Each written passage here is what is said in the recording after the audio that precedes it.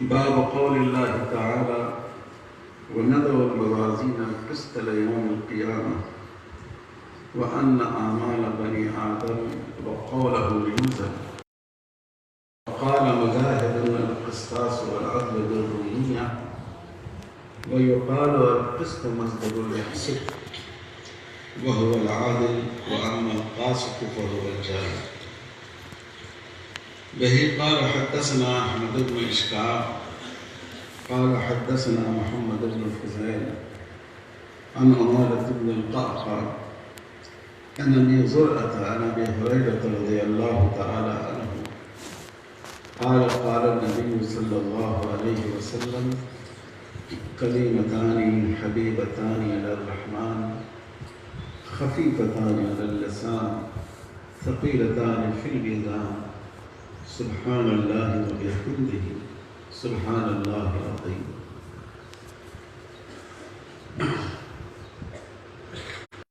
ادارے کے بہت ہی قابل احترام صدر عالی قدر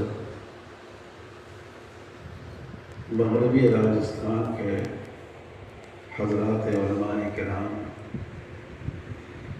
اس مدرسے کے بافیض اساتذہ، عزیز طلبہ اور شہر سے آئے ہوئے مسلمان بھائیوں اور بزرگوں، میرے لیے یہ بہت بڑی سعادت کی بات ہے کہ اس تاریخی درسگاہ میں جس کی نسبت حکیم الامت اشرف علی تھانوی رحمۃ اللہ علیہ کے ایک خلیفہ مجاز سے اور میرے استاد سے ہم نے آخری حدیث پڑھی حضرت مولانا قاری محمد طیب صاحب رحمۃ اللہ علیہ سے، اور جس کی نسبت سیدی و سندی حضرت مولانا سید ابوالحسن علی ندوی رحمۃ اللہ علیہ سے، مجھے تو یہاں خود چل کر آنا چاہیے تھا، بلکہ سر کے بل چل کر آنا چاہیے تھا، لیکن یہ ہماری محرومی ہے کہ میں اتنی دیر سے یہاں پہنچا، لیکن اسے اپنی بہت بڑی سعادت سمجھتا ہوں کہ ہندوستان کے اس تاریخی صوبے میں اور اس تاریخی شہر میں مجھے حاضر ہونے کا موقع۔ ہندوستان میں حدیث کی جو خدمت ہوئی اس میں محدثین کا بڑا حصہ رہا، اور صرف ہندوستان میں نہیں بلکہ پوری دنیا میں اس حقیقت کو تسلیم کیا جاتا ہے۔ گویا سندھ کے ہی ایک حصے میں اس وقت ہم لوگ یہاں موجود ہیں، اور شریف جن کتابوں پر یہاں کے محدثین نے جن کی خدمت کی ہے، آج اس کتاب کا درس ہو رہا ہے۔ اللہ تعالیٰ ان گزرے ہوئے لوگوں کی مثالیں ہمارے ان بچوں میں بھی پیدا فرمائے اور اس دور کے علماء میں بھی پیدا فرمائے۔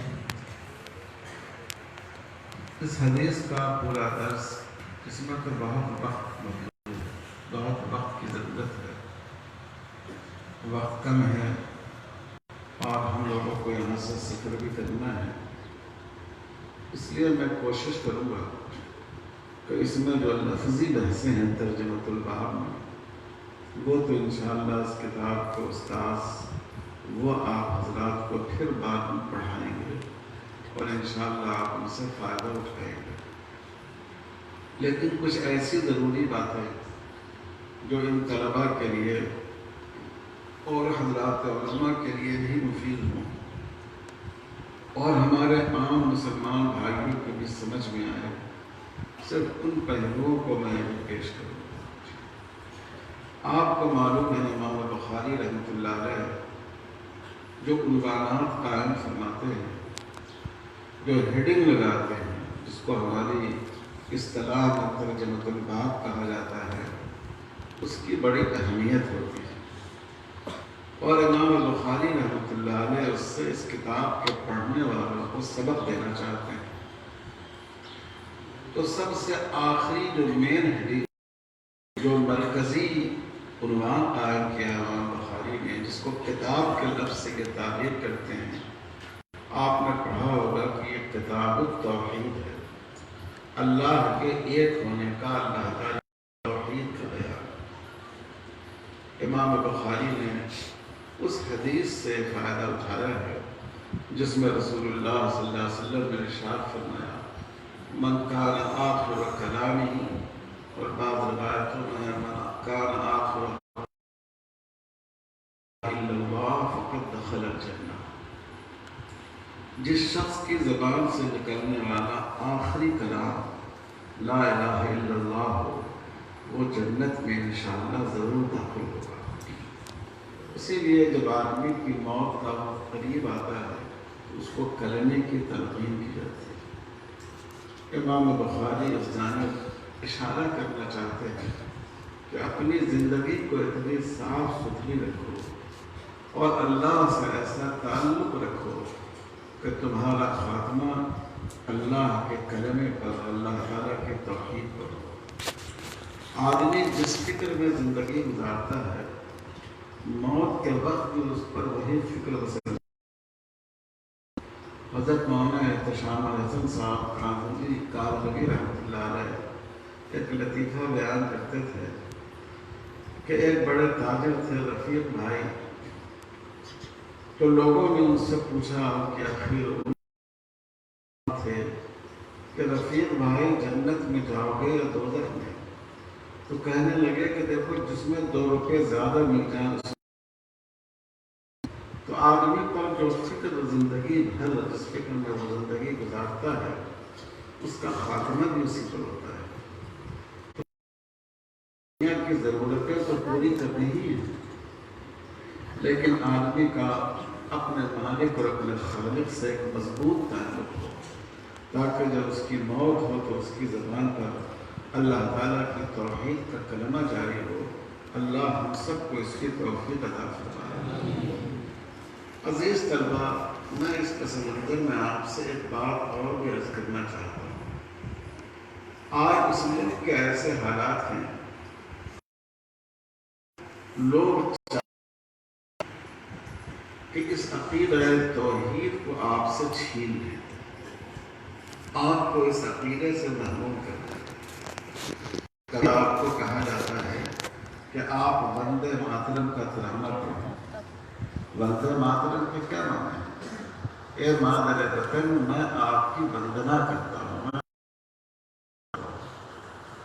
ایک مسلمان وطن سے محبت تو کر سکتا ہے، اور رسول اللہ صلی اللہ علیہ وسلم نے وطن کی محبت کر کے ہمیں سکھایا کہ وطن سے محبت ہونی چاہیے۔ حدیث شریف میں ہے، جب مکہ مکرمہ سے آپ نے ہجرت فرمائی، حسرت کی نظر مکہ مکرمہ کو ڈالی اور فرمایا کہ میں اس سرزمین کو چھوڑنا نہیں چاہتا تھا، لیکن اس شہر میں رہنے والوں نے مجھے یہاں رہنا نہیں دیا۔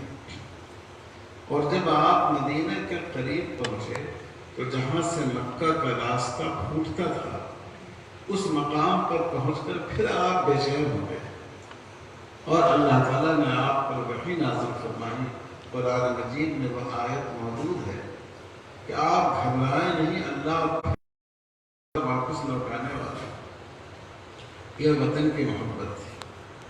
اور جب حضور صلی اللہ علیہ وسلم مدینہ تشریف لائے تو مدینہ سے اتنی ٹوٹ کر آپ نے محبت فرمائی کہ راوی کہتے ہیں کہ جب حضور کہیں لاہور سے تشریف لاتے اور مدینہ کے قریب پہنچتے تو آپ کی سواری کی رفتار تیز ہو جاتی۔ آپ احد پہاڑ کو دیکھ کر فرماتے، یہ مجھ سے محبت کرتا ہے اور میں اس سے محبت کرتا ہوں۔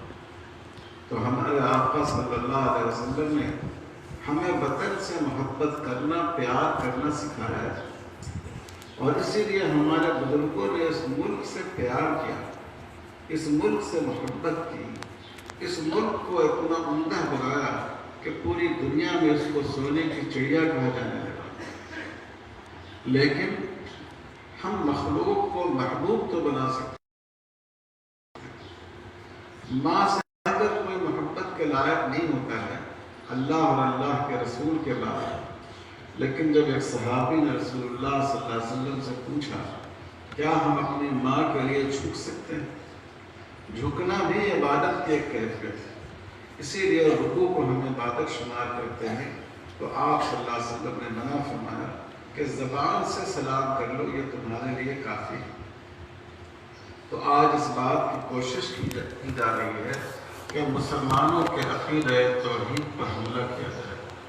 میں مسلمان بھائیوں سے کہتا ہوں ایسے اسکول قائم کیے جا رہے ہیں، ایسے تعلیمی ادارے قائم کیے جا رہے ہیں جہاں سرسوتی جی کی مورتی رکھی جاتی ہے.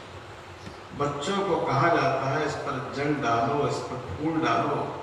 دیکھو یہ ایجوکیشن کی دیوی ہے، اگر تم ان کو خوش کرو گے تو امتحان میں تمہارے اچھے نمبرات آئیں گے، تم تعلیم کے میدان میں آگے بڑھو. اس طرح عقیدہ توحید کی جو نعمت ہے اور جس نعمت کو لے کر ہم اس ملک میں پہنچے اس سے ہمیں محروم کرنے کی کوشش کی جا رہی ہے. اب حکومت کی جو نئی ایجوکیشن پالیسی آئی ہے یوگا کو بھی، اور یاد رکھیے یوگا صرف ایکسرسائز اور ورزش نہیں ہے، یوگا کا ایک جز ہے سورج کی پرستش. سوریہ نمسکار یہ یوگا کا ایک حصہ ہے. اور جب بعض لوگ یہ کہنے لگے مسلمانوں کے ہاں بھی نماز میں ہے، ہم بھی کھڑے ہوتے ہیں، بیٹھتے ہیں، جھکتے ہیں، تو RSS کے موجودہ صدر نے کہا لوگ ایسی باتیں کہتے ہیں وہ غلط کہتے ہیں. یہ ہندو مذہب کا ایک حصہ ہے اور گیتا میں اس کے لیے ایک پورا چیپٹر قائم کیا گیا ہے. تو عزیز طلبہ، امام بخاری رحمۃ اللہ علیہ نے جو کتاب التوحید کا عنوان آخری عنوان قائم کیا، اس پس منظر میں آپ اس کی اہمیت سمجھیں. امام بخاری یہ کہنا چاہتے ہیں کچھ ہو جائے لیکن ایک مومن کا خاتمہ اللہ کی توحید پر کلمہ لا الہ الا اللہ پر ہونا چاہیے.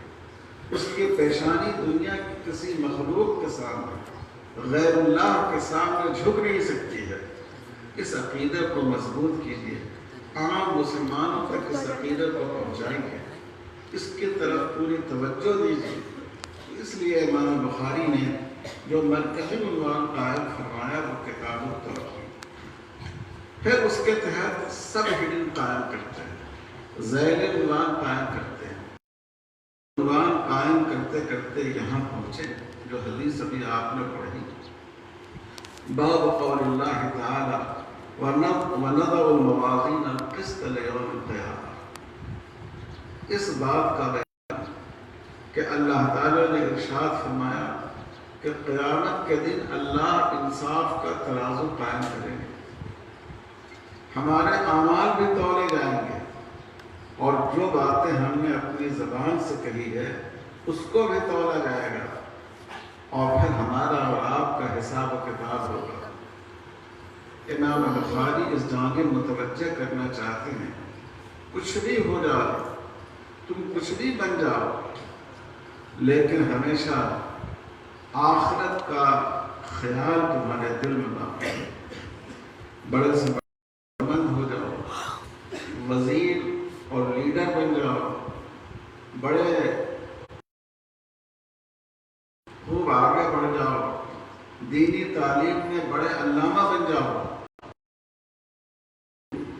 یہ چیز تم کو اس بات سے غافل نہیں کرتے کہ ہماری آخری منزل ہماری آخرت ہے، جہاں ہمارے ہر چھوٹے بڑے عمل کا حساب ہوگا.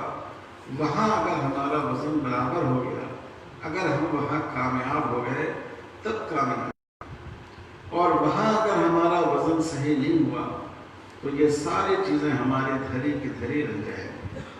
یہ امام بخاری رحمۃ اللہ علیہ کا طریقہ کار ہے کہ ہر باب کے آخر میں کوئی ایسی حدیث لاتے ہیں، کوئی ایسا عنوان لاتے ہیں جس سے خاتمہ کی طرف اشارہ ہوتا ہے. شارح بخاری حافظ ابن حجر رحمۃ اللہ علیہ کا خیال یہ ہے کہ اس عنوان کے خاتمے کی طرف اشارہ کرنے کے لیے، اور شیخ الحدیث حضرت مولانا محمد زکریا صاحب رحمۃ اللہ علیہ کی بات اس سے بھی زیادہ دل کو لگتی ہے کہ اس بات کے نہیں بلکہ ہمارے اور آپ کے خاتمے کی طرف اشارہ کرنے کے لیے اخیر میں ایسا عنوان قائم کرنے اور ایسی حدیث لاتے ہیں۔